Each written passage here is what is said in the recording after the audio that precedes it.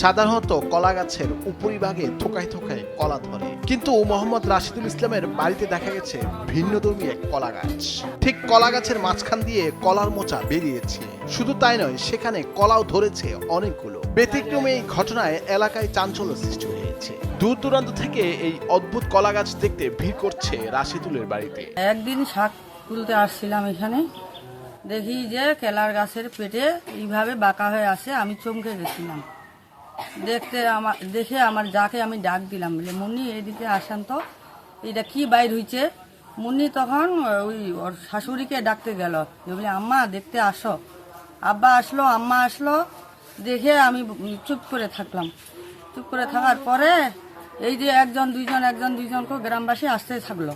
পঞ্চগড়ের সদর উপজেলার ধাক্কামারা গ্রামের যতনপুকুরি এলাকার মোহাম্মদ রাশিদুল ইসলামের বাড়িতে এমন চাঞ্চল্যকর ঘটনা ঘটেছে। প্রথমে গাছটির মালিক মাঝখান দিয়ে কলার মোচা বের হওয়ার কারণে কিছুটা ভড়কে যান। এমন অদ্ভুত কাণ্ড দেখে গাছটি কেটে ফেলতেও চেয়েছিলেন তিনি। পানি আনতে যাচ্ছিলাম, তখন দেখলাম মোচাটা বেঁকা করে বাইর হয়েছে। আমি তখন আমার ভাবিকে ডাক দিলাম, ভাবি এদিকে আসো, এটা কি বাইর হয়েছে দেখো। উনি তখন বললো বলে এটা মশকা বাইর হয়েছে মাঝখানে।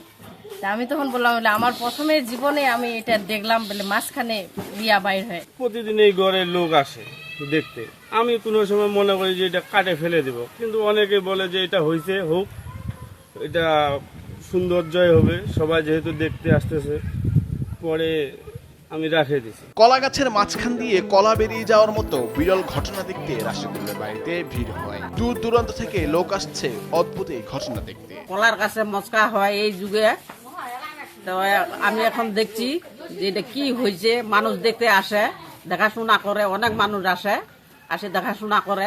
আমার গ্রামের এক প্রতিবেশী ছেলের বাসায় কলা গাছ আছে। কলা গাছের মাঝখানে মাঝখান থেকে ফেটে বের হয়ে গেছি। তো আমি যাই দেখি ঘটনাটা বাস্তব। কলা গাছের মধ্যে মাঝখানে কলার ফাটে বের হয়ে গেছে। এখন দেখতেছি সুন্দর কলা হয়েছে। তবে কৃষি জেলা অফিসার বলছেন এটি কোনো অস্বাভাবিক ঘটনা নয়। গাছের বেড়ে ওঠার সময় বা পরিবেশগত কারণে এমনটা হতেই পারে।